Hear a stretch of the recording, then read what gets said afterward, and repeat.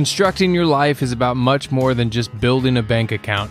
Each week, join real estate entrepreneur and mindset coach Austin Linney as he interviews guests who are constructing their dream lives and impacting the world around them on a daily basis. If you're an entrepreneur or wanting to start a business, or you just want to hear motivating stories of how others have overcome the odds, you are in the right place. And now for your host, Austin Linney. Guys, welcome back to Construct Your Life. You construct your life, I'll construct my life. She's going to drop it on her podcast. She said, Austin, can you take the reins? Can you lead this shindig? Which is very rare because Sarah is very, what's the word I'm looking for? Hyper aggressive / comfortable in the same sense. No, you and I were just talking about life, and we were like, man, we should do a podcast. And so here we are.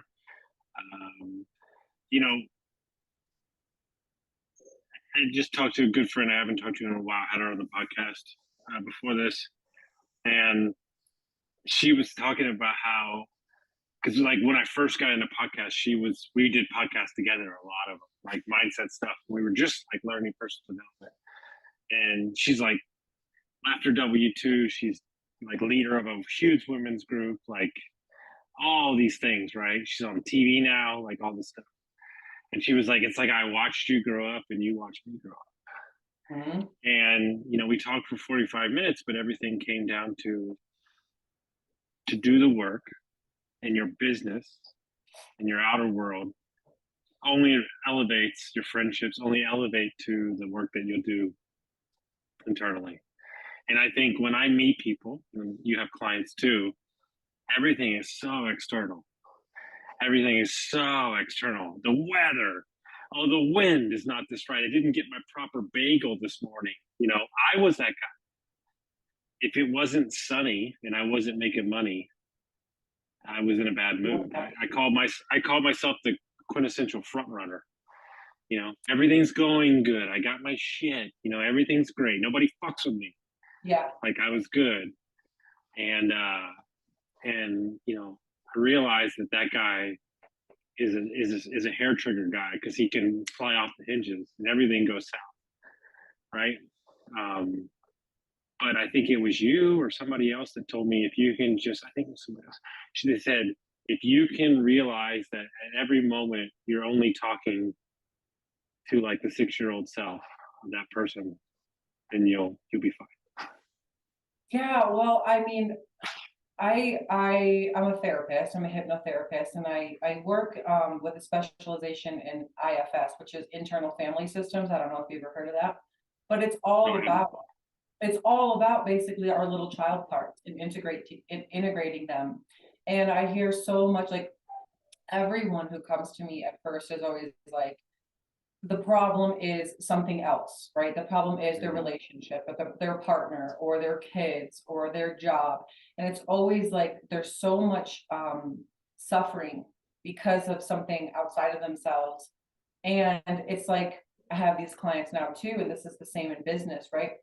Is the moment we start to go inside and work with these parts that have the dis-ease or discomfort with these things in the first place, nothing outside of themselves changes. They change internally, and all of a sudden they have all this peace and this joy. And I don't know what happened, but everything's different. And so I love Wayne Dyer, and he says this quote, is that everything changes when we change. Mm-hmm. Even though nothing outside of us seems to change, our whole world looks different because we have a different lens now. Yeah. I don't remember the video or the quote that he said, but he said something to the effect of like, don't squeeze an orange and expect apple juice to come out. Oh my gosh. Yeah. It's like you listen to it and you're like, fuck. Like that's what we're doing, is that we're, like my joke is like, my joke with people, because I like to do jokes to like get them off their like rhythm, is like, you're mad at the color yellow because it's yellow.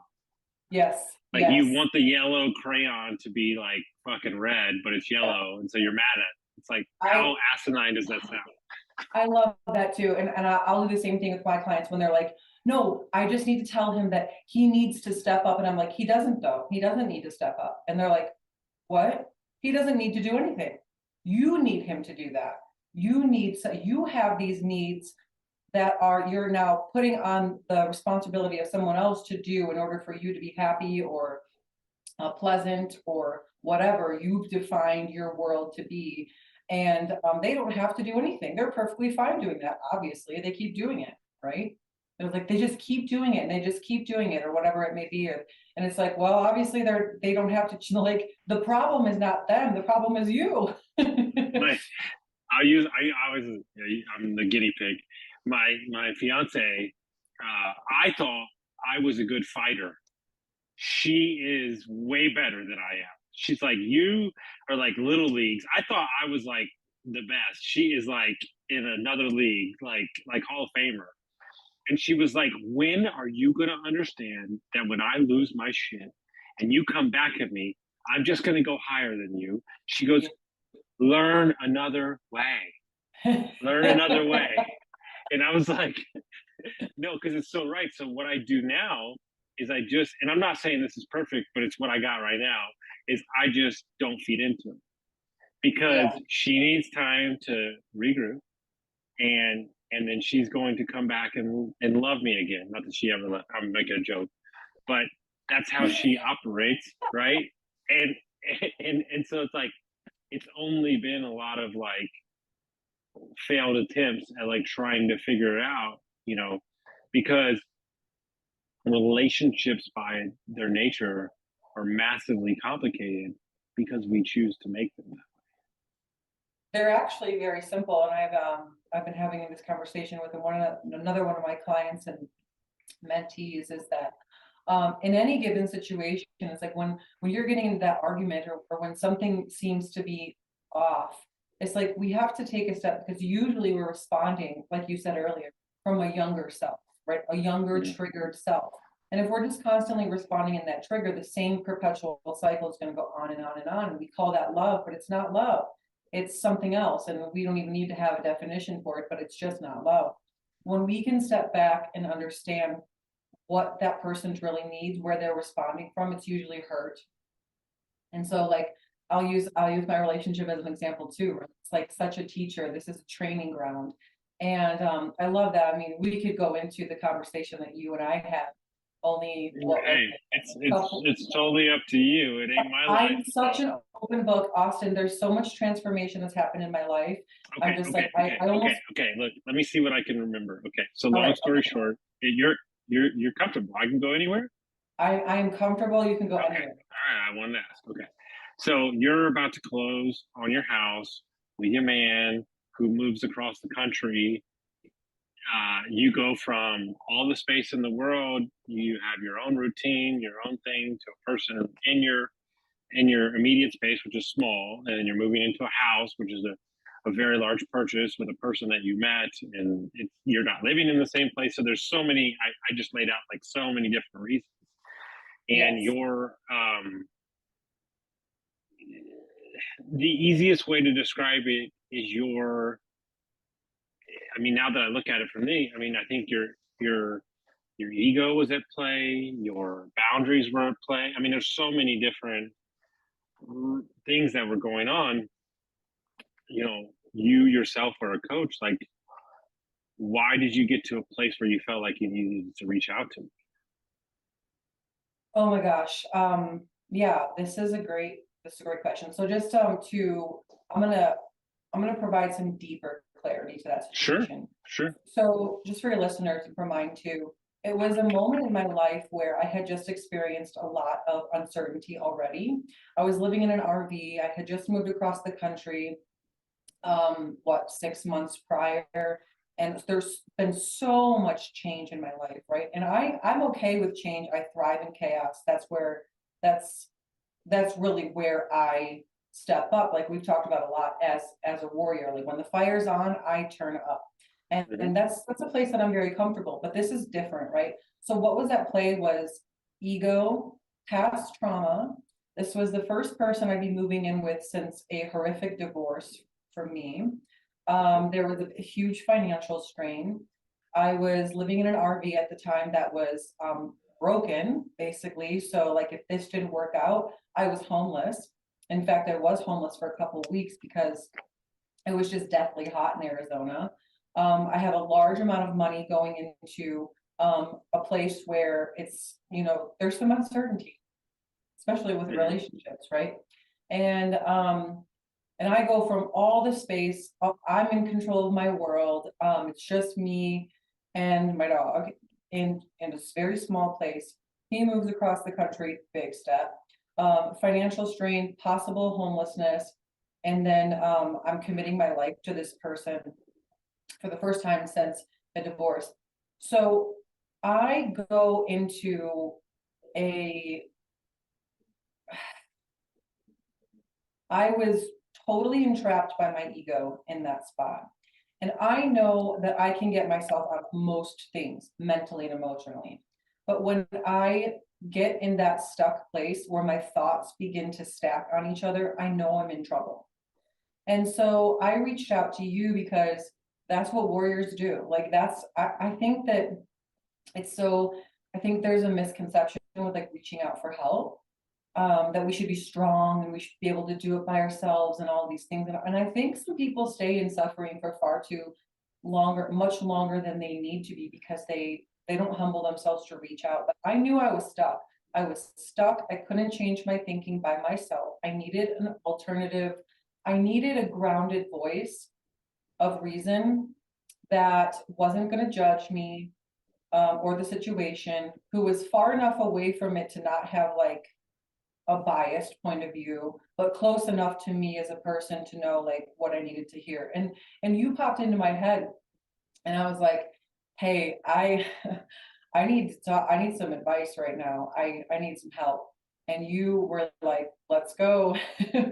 Relationship. What did you say? Man bites or something like that.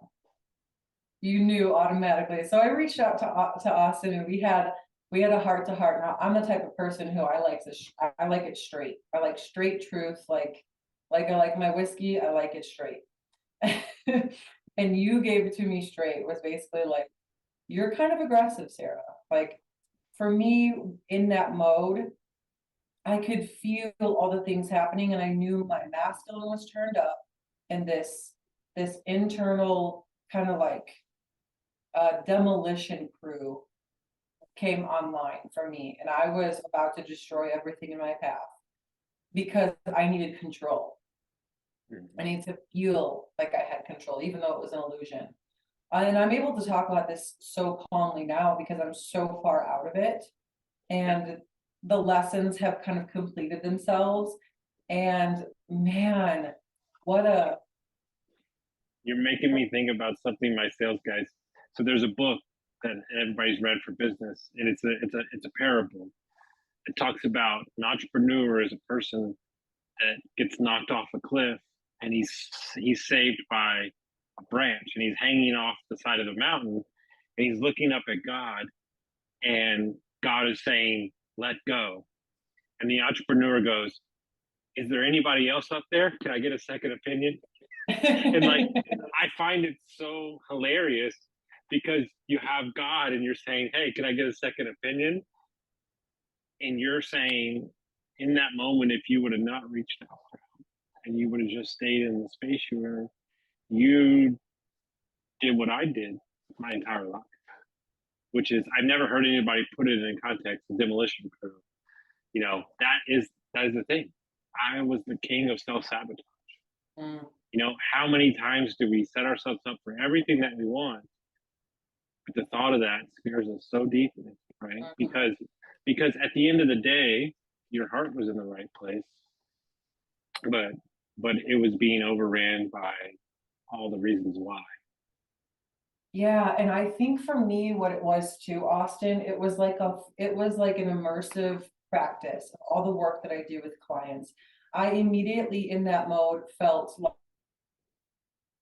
I couldn't even count them how many different parts of me came up to have their little like they were out here, they were ready to just burn everything down in order to get me to the other side safely, just me. And yet there was this still small voice in the back of my head that said, no, we're not going to do that. This is hard. This hurts. But this is actually like the Stoics say, I don't know if you follow Ryan Holiday, the obstacle is the way. And that's really what it felt like for me in that moment, the obstacle, what meaning the internal suffering, right? Like my mind was a battlefield. And that felt like the way. Like I felt like I was supposed to be there experiencing that, to know what it felt like to be so in your mind and just to watch the thoughts that were happening. Austin, it was so fascinating to watch the mind go to work. And I was like, wow, this is truly fascinating. And yet I feel like I'm being crushed. I was just being crushed by the weight of it. And then of course, there was just other things too. I just felt like there was so much pressure on me. And you look back and you're like, it wasn't really that big of a deal, Sarah. Logistically on the outside of things, it wasn't really that big of a deal. And yet somehow all of these things came to an intersection. You know why I'm laughing, because it's the quintessential thing. Oh, we're all gonna fucking die. It's gonna be the craziest shit in the fucking world. I'm never gonna survive. You know what I realized? Hey, look, don't get me wrong. Shit's stressful. That's not what I'm saying. But we always figure it out. Always. Yep. We always get it right when we need it, right? Timing.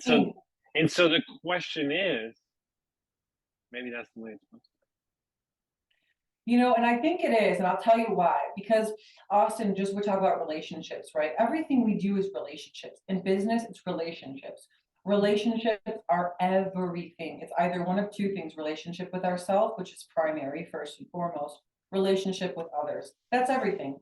So that pretty much sums up every source of distress, or suffering or happiness comes down to relationship with ourselves and or relationship with others, period. Even when we talk about money, right? Money becomes either just a stressor or a point of, it's either like a point of contention or a point of bliss because of the relationship with ourselves first. Okay. So this provided an opportunity, a really beautiful opportunity. I mean, here James and I are, my partner and I, trapped in this RV for 10 days. And he moves across the country to be with me, and I'm a monster. Poor guy. This poor guy. I mean, God bless him. But he's like, what did I just get myself? He's going, hold on. Who's this angel that was out just living life in the Oregon forest, free as a fucking bird? I wake up, I've got Transformers in the fucking RV next to me, fucking ready to murder somebody. I mean, thinking about it from his perspective, that must have been his experience. Like, what the hell did I just get myself into?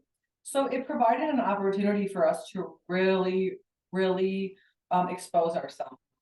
And, I had the conversation with you, and what it did for me mostly was it changed my state. See, like all of my thinking was because I was in a certain state, and you allowed me this other voice to change my state. And now all of a sudden my thinking changed with it too. And I'm like, okay, here we go. Let's do this. If I'm going to do this different, I have to do it different.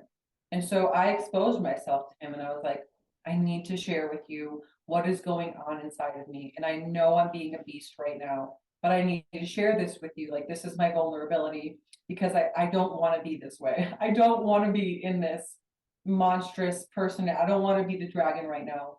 But I am, and here's what I need from you, right? And we just, through communication, we learned a lot about each other. We learned how to love each other.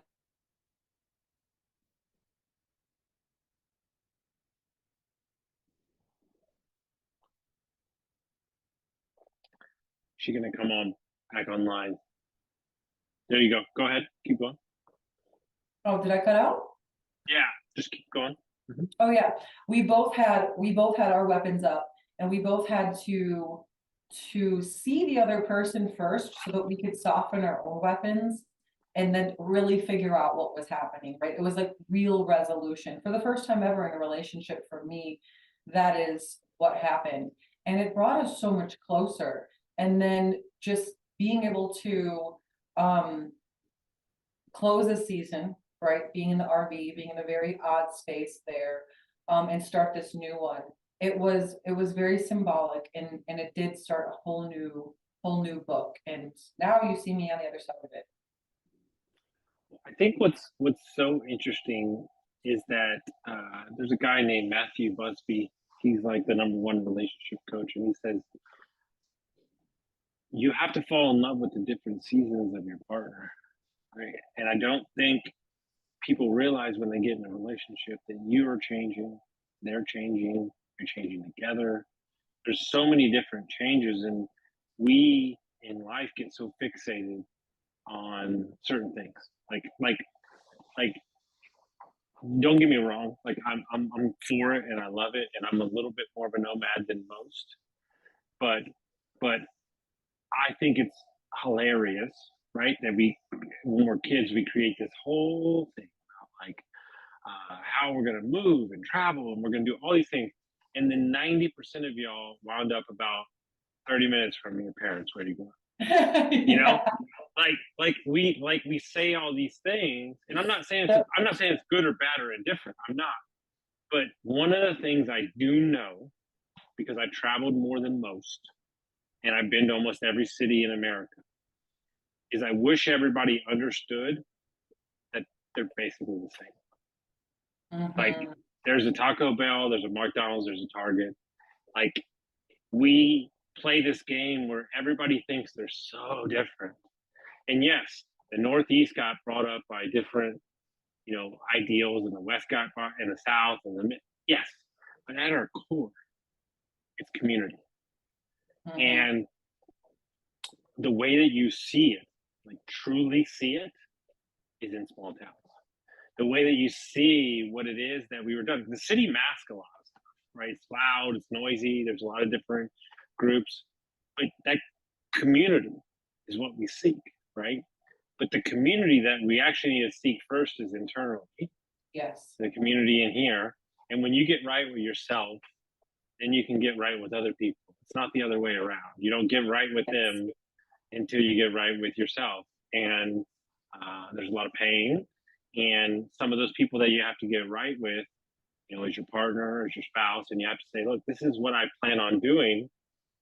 But, my thing, and I just use what I talk about all the time, because I coach a lot of men. So like, I am so over men, going out and making millions of dollars, because I do coach millionaires, and then turning around to their family or their spouse and going, I'm doing this for you. Right. And I'm looking at them and say, they didn't fucking ask you. Yes. I said, but if you own it and say it's for you because you like it, boom, then you're free. But don't be out there, going to battle saying it's for them because they're not asking for it. Oh my gosh. I've had this experience firsthand. What do you think I do all this for you? I do. And I say to myself, no, you don't, because I'm the one who's telling you not to do that, because you're out there doing that. Meanwhile, our relationship is suffering, right? Oh my gosh, it's so important. I think truth is so important too. And just going back to what you said about relationships and changes, I think communication is so important. I recently had a client who I was giving her a little Zoom tour of our new home, and she noticed that we don't have a television. We don't have a television, and we will never get one. And and I said, oh yeah, we don't have a TV, and she's like, you don't have a TV? And I was like, no. And she's like, what do you do at night? And I just got so sad, and I was like, talk, communicate, read something of value.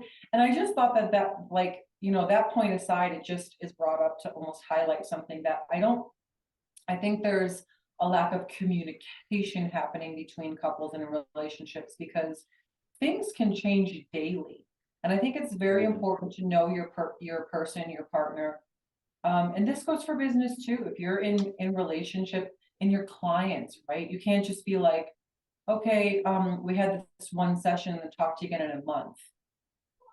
Effective communication happens because we're proactive about it, and there's no surprises then. It's like, I know if something's changing with James, and we have to be able to figure out for ourselves and be honest if we're okay with that. If my partner were to say to me, something as significant as, well, I want to live a traveling life, and I don't believe in God anymore, or something like that, something really wild. That's way different, because that means that your value system has just changed, your belief system. And there might be a point where when people's values change, like the relationship is at jeopardy. And it's okay to say that.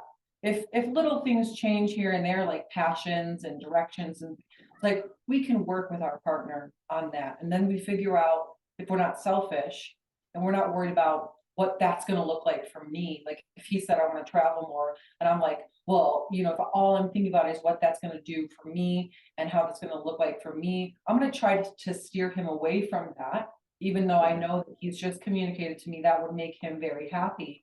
I'm going to try to manipulate him away from that, because I don't like how that feels for me. But true love would be like, well, how can I support you in that? Like, what does that look like? And also keeping yourself in mind too, like, if your partner's going to be making a change that has a significant impact on you, then yeah, it's like, have that conversation. It's like, how can we do this change together so that neither one of us suffers? You get to do what you love, but I also don't have to like be the collateral damage in that. And I don't think that we give enough credit to entrepreneurship partners. Like, the entrepreneurship thing it's a roller coaster. And if you are a certain type of person that likes safety and security and constant behavior, that ain't it, baby. Like, oh my God, we have no fucking money, I'm gonna be an Uber driver. And then, oh my God, we're loaded like 7 days later, and life is great and the rainbows are shining. Welcome. Like, like, perfect example is, like, I'm very spontaneous, even though we're now, I don't want her to get a job, because then we wouldn't be able to travel the way with it, right? So all the responsibilities on me, I'm fine with that. And she's learning and teaching herself stuff so she can coach women later on and all that stuff like that. But these are the things that nobody talks about, and she reminds me on a regular basis, like, hey, I'm putting everything on you to support us and provide for us. This is not a small thing that I hand over to you. Like, I hope that you respect it and own that shit. And that's a different game altogether. And I've had to learn to be not as reactionary and more, across the line. Definitely. I mean, that takes an immense amount of trust of the person at the core, because she has to trust not only that you're going to make it happen, but also that it's not going to become something that you hold over her head or use as a manipulation, or that she's safe there, right? Every female, every feminine, just the feminine quality needs to have that safety. But I'm the same way. I would say, actually, my partner's more spontaneous, but for me, I move with the spirit. So like, things change a lot. And I know that I have to have a partner who's okay doing that. It's like, 1 minute it's like, I have this idea, let's do this. And then tomorrow it's like, nope, I got it. It's this. Well, let's bring that. This is funny that you bring this up. Let's bring this down to the people that work for you. People that aren't typically entrepreneurs don't understand that 90% of what happens in entrepreneurship doesn't happen. So this deal that doesn't go through, this event that doesn't happen, I had to realize that I had to stop telling them, because they can't handle it. And he quit because of it. And I had to ask him, I was like, why? He's like, dude, emotionally, I'm not the person to deal with this. I can't do it. He goes, I crave certainty, and entrepreneurship isn't for me. Wow. I didn't realize it, because to me, I'm like, it's whatever, like, deals close, deals don't close. So I had to start keeping it to myself until it actually went through. Same, Austin, exact same. I had to learn that, like, every blow of the wind, I couldn't just share with my team. Like, I have to sit with it first. And you start to recognize which blows of the wind are like, that's an actual thing, rather than like, this is maybe just like a direction change, and then we're going to get back on the normal course. but you got to do things in order to know. And so just like you, I stopped telling my team everything, but now I'm building kind of like transforming my team full of people who can handle it.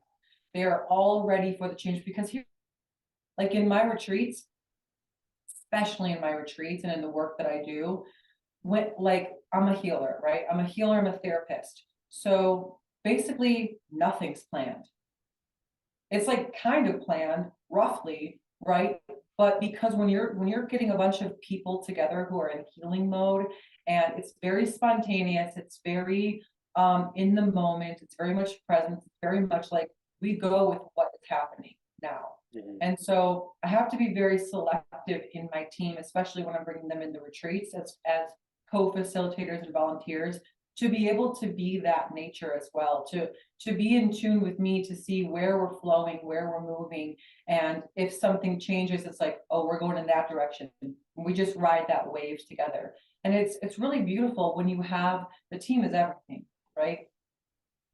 When you have that team who can really flow with it without being like, well, I thought we were doing it this way, and you're like, I can't have that stress. Like I can't have that stress either though. So I want to be like, maybe it's just not for you, because things are going to be changing quite frequently. You got to be able to ride with it. No, it's dude. I got invited somewhere the other day across the country, and Cassie was like, "Where are you going?" I was like, I don't know." She goes, "What do you mean? She goes, "What do you mean you don't know?" I said, "He said Idaho, so I'm sure it's one of those cities up there." She goes, I don't understand." I go, "I'm sure they'll tell me when it's time." So there's a plane ticket for me. Then when I saw the plane ticket, I saw where I was going. Here's your hotel. Like, it doesn't matter. It doesn't matter, Okay. right? Because it's just This like it's just, but that's me, because I've traveled so much, and I'm just me, and I don't really care. Like, so if it's a cowboy place, if it's a suit place, if it's like um, people want to get weird in the desert, like I can do all of it. Like, it doesn't really matter to me. Like, I'm an open, like I'm open to it all, because but what I realized is that traces back to who I was in high school. I really? hung out I hung out with the jocks, I hung out with the cowboy, I hung out with the rappers, I hung out with suit people, I hung out with the goths, I hung out with everybody. Like, I Yes. didn't give a shit. I don't see I worked with Hispanics my whole life in restaurants. I worked with gay people. I worked with I could care fucking two shits what you do with your life. Yes. But that's Yes. how I've always been. So for me, it's like whatever. Like, I'll just show up in the room, and it'll be what it'll be. Like, last weekend, I went to this crazy event in Manhattan, and it's like not my crowd, but it's like all like highfalutin fucking hedge fund guys, and like they crack me up because they're like eating metal and fucking killing babies and shit like that. But I'm making a joke. But I'm making a joke. But you know what's crazy is they're all obsessed with small businesses and vice versa. And so remember that no matter who they are or where they come from, there's a connection. Yeah, I this topic has me wondering, like, if you were just made that way, because I'm the same way, right? High school, I was like, um, nobody really knew what I was, because I hung out with the down and outs. I hung out with the jocks and the popular people. I hung out with whatever, and so in a way, I felt like I really wasn't a part of any which one. I wasn't, I felt like Cher, where she's like American Indian. And she described one time where she felt like she didn't belong in either group, because like the Indians were like, oh, you're half American. And the Americans were like, oh, you're half Indian, so she was like in the middle, and she felt like she didn't belong anywhere. I definitely resonate with that. And I think you can the same way. But I just wonder, like, the thing that makes us, when we see an open door, we're like, oh yeah, let's go through that. Or you see a rope and you just take it, not knowing what's on No, the other side no, sometimes. I learned how to do that because of my clients. This is Yes, that's what I mean. Is it, if that was a cultivated trait, or an innate trait? I realized if I was going to be somebody that inspired and led others, that I would lose fear of the thing if I walked through the door first. So So what this I was a do, conscious thought for you?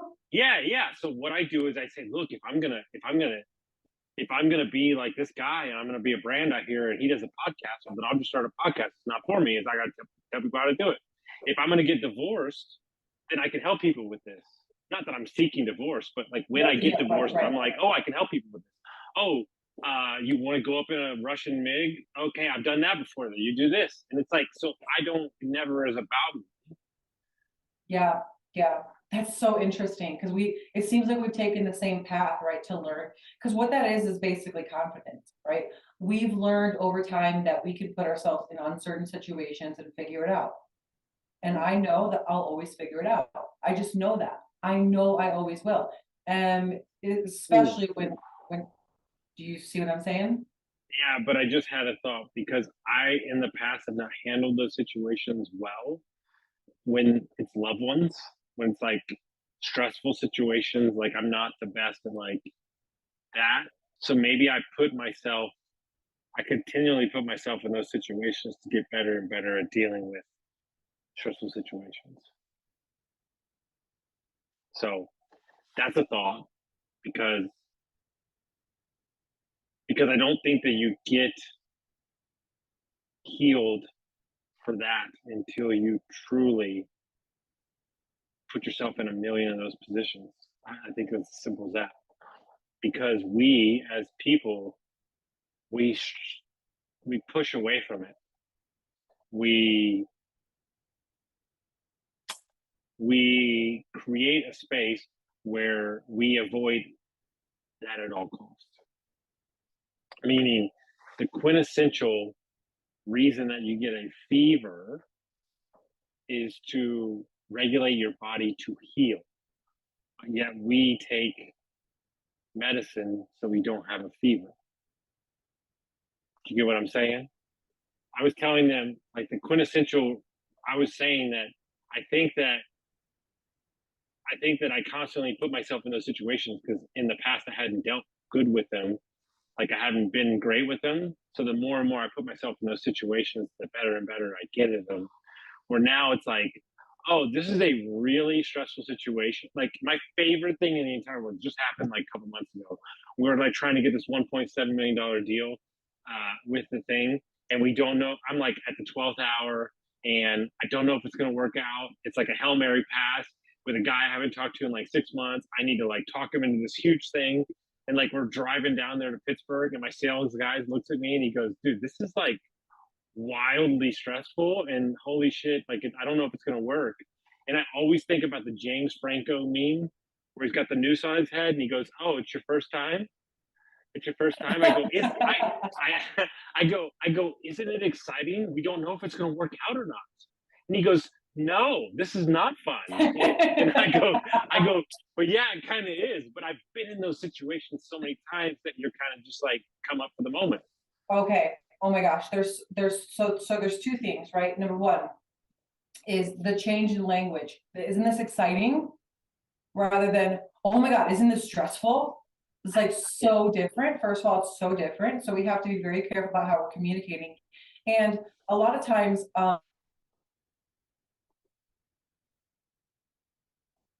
it may feel like stress and we just miscorrelate it as stress when it's really excitement or, oh my God, it's like, are you nervous or are you really excited? You know, are you in anticipation, suspenseful, which is a different feeling. But number two is I have found this same thing where, so when I was kind of recovering from my eating disorder, I obviously struggled with confidence thing and, then I was raped. So that kind of takes some power from you as a person. And so I think getting back into fitness and working out and these types of things, I learned this little lesson in the gym that something was happening every time I worked out really hard and challenged myself or pushed myself or created some sort of adversity in a controlled environment and I stepped up to the plate.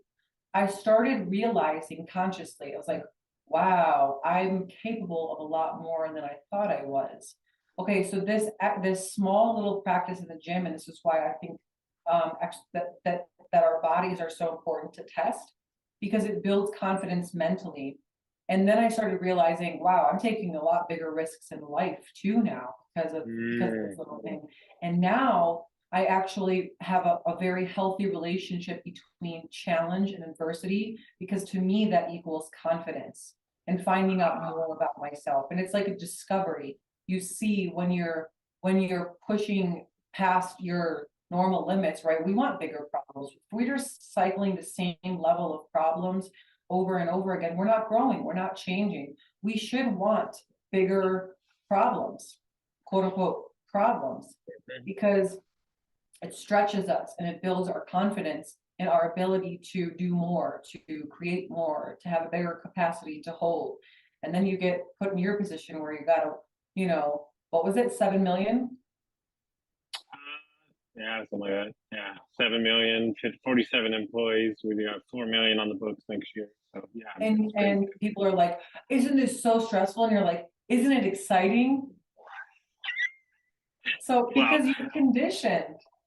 Yeah, and because I said yes to the opportunity and it didn't register till 6 weeks later. Because that's me. Mm-hmm. I'm like, oh, this is crazy. Like who allowed this to happen? But here's what I always do with myself to like put it in context. January 9th of this coming up new year will be 5 years sober. So I think to myself, yeah, but look in this short amount of time, look at all that's happened. You should just be grateful that you're even in the position, and you're grateful that you have these opportunities. And so when I do that, it centers myself. And then if I ever get in a dark place, I go listen to the first podcast I ever did. And I'm like, oh, that guy, that's crazy. And it's a podcast on my coach's podcast about my parents and my drug addiction. And it always helps like read, oh my God, dude, look how much you've grown. Yes. And like, so my podcast is really like my own life marker to like see who I was. I listened to a rant from like episode 30 and I was like, oh, that's cute. I was like, that guy, like that guy's mindset. But I loved where I was at then. But I tell you what, I have a client right now. He keeps getting shout outs, so he's going to love this because he listens to the podcast. I have been sober almost 5 years. Okay.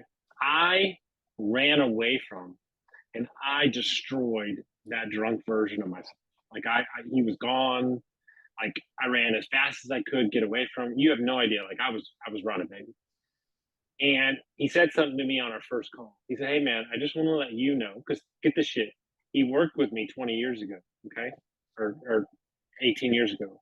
He said, I want to let you know that you can be upset with that drunk guy. I kind of like him. He goes, you were a nice guy. And he goes, you cared about people even back then. So you can be upset with him, but I liked him. And that was the first time I ever had anybody tell me, not the opposite, say, oh, fuck that guy. He's angry. He's like, oh, I liked you. We were friends. And so like, it was weird because it allowed me to like heal that too. Like, oh, he wasn't he wasn't what I created in my, I'm not saying he was, whatever, but it wasn't what I created in my mind. That's what I was just thinking, is that most of the, because we just have our own lens. So you saw what you knew of that guy, meaning you back then, because you were inside yourself. Mm-hmm. And even though on the outside, it's like you weren't that bad. On the inside, you were like, I was bad. Mm-hmm. Mm-hmm. Right? Because that's how you get away from it. You're like, oh, like put this guy down, right? Because we could never change. This is the joke. We could never change by actually loving ourselves completely, because that would be too easy.